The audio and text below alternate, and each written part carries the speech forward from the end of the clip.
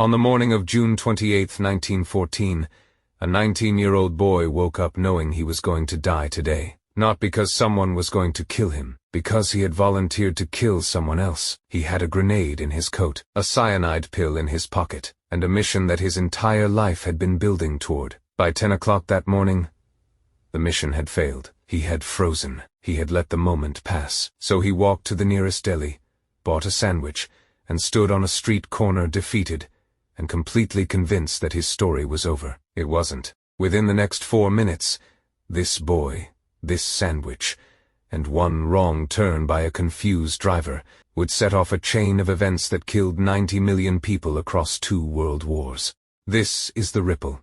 To understand how one wrong turn could kill 90 million people, you need to understand the world that made it possible. It is 1914. Europe is the most advanced civilization the world has ever seen. Electric lights, telephones, steam engines, on the surface, thriving, but underneath, a powder keg. For 30 years, the major powers of Europe had been locked in an arms race. Germany building the largest army in Europe, Britain building the most powerful navy, France, Russia, Austria, Hungary, all preparing for a war they hoped would never come. And to protect themselves, they formed alliances. Germany, Austria, Hungary, and Italy on one side, France, Russia, and Britain on the other. Every alliance came with one promise.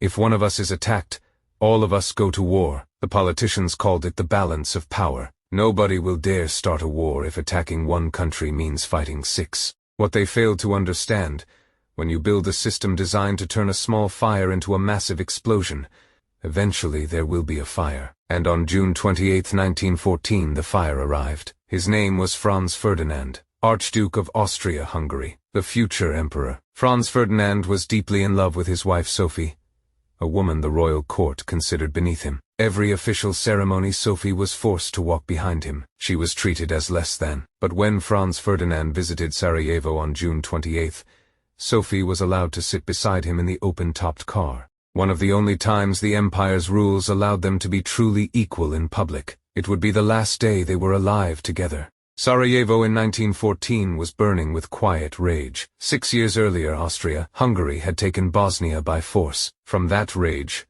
a secret organization was born, the Black Hand. Young, educated, and willing to die for Bosnian freedom. When they learned Franz Ferdinand was coming, they saw their moment. 6 assassins were positioned along the motorcade route, each given a grenade and a pistol, each given a cyanide pill, because capture was not an option. The plan was simple.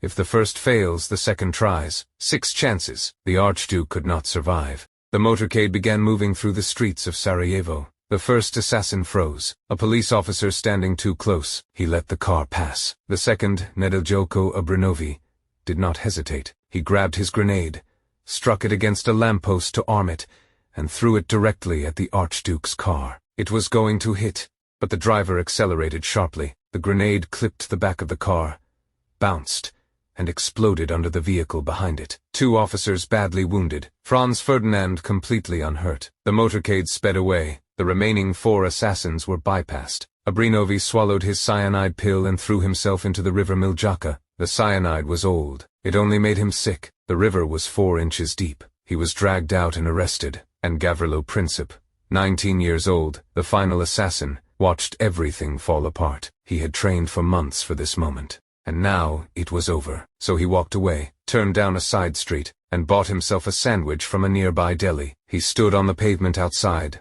staring at nothing. He had no idea that history was about to walk directly to him.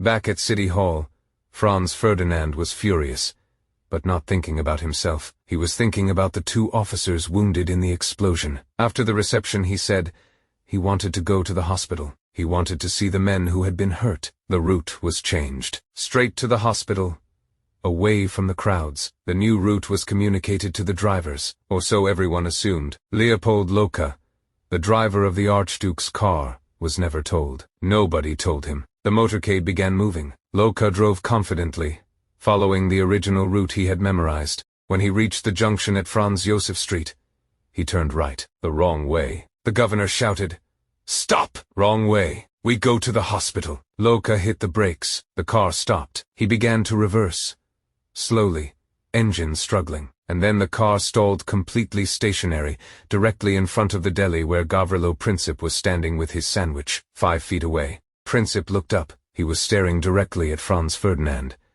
The future emperor sitting in an open-topped car, completely exposed, completely stationary, less than 5 feet away. We do not know what Princip thought in that moment. What we know is what he did. He dropped the sandwich. He stepped forward. He raised his pistol and fired twice. The first bullet struck Franz Ferdinand in the jugular vein. The second struck Sophie in the abdomen. Franz Ferdinand looked down at his wife collapsing beside him. His last words, Sofrel. Sofrel! Sterbe nicht! Bliebem Leben fr unser Kinder. Sophie, don't die. Stay alive for our children. They were both dead within the hour. What followed moved with cold, mechanical inevitability. Austria-Hungary blamed Serbia. They issued an ultimatum.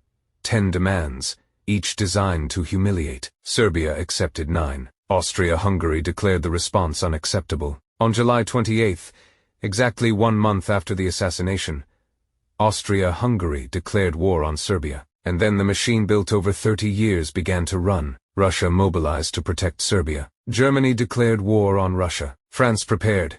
Germany declared war on France. Germany invaded Belgium. Britain declared war on Germany. In 37 days, from one wrong turn on a Sarajevo street, every major power in Europe was at war. 20 million dead, 21 million wounded, 4 empires collapsed, a generation of young men gone. But it didn't end there. The peace treaty that ended World War I humiliated Germany completely. Massive financial penalties, territory taken, military destroyed. The German people, devastated, desperate, and burning with shame. Into that desperation, a man arrived with a message. He told them they had not truly lost, that they had been betrayed, that Germany would be great again. His name was Adolf Hitler. Without the humiliation of that peace treaty, Hitler does not rise. Without Hitler, no Holocaust, no World War II, no 70 million more dead.